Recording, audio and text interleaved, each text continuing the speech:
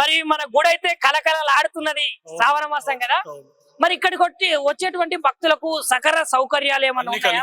అన్ని కలిగిస్తాము, అన్ని ఎటువంటి ఇబ్బంది లేకుండా అన్ని కలిగిస్తాము. ఎందుకే ఇంత జనాలు పెరగడం జరుగుతుంది, ప్రతి సంవత్సరం పెరుగుతా ఉంది జనాలు, తగ్గడం అయితే లేదు. గత సంవత్సరానికి చూసుకుంటే ఈ సంవత్సరం బాగానే పెరిగింది, ప్రతి సంవత్సరం పెరగడమే చూస్తున్నాం మేమైతే. అంటే ఇప్పుడు ఇక్కడ ఒక తీర్థం జరిగితే ఎంత జనం ఉంటారో గంత జనం ఉన్నారు సార్. అంతే 5-6 వేల మంది వస్తారు, ఎప్పుడు ఏ పూజలు ఉన్నా 5-6 వేలు.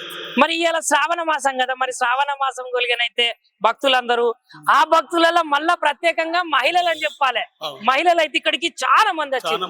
మరి ఇక్కడ భక్తుల గురించి అమ్మవారి గురించి మీరు చెప్పదలుచుకుంటే ఏమని చెప్తారు?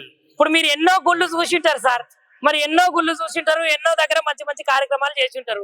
మరి ఈ గుడికి రాగానే మీకేమనిపించింది? ఫస్ట్ చాలా పవిత్రమైన గుడి, మా చైర్మన్ గారు అన్నట్టు అది పవిత్రమైన టెంపుల్. చాలా జనాలు ఇప్పుడు ప్రతి శుక్రవారము శనివారము చాలా జనాలు వచ్చి దర్శనం చేసుకుని వెళ్తారు.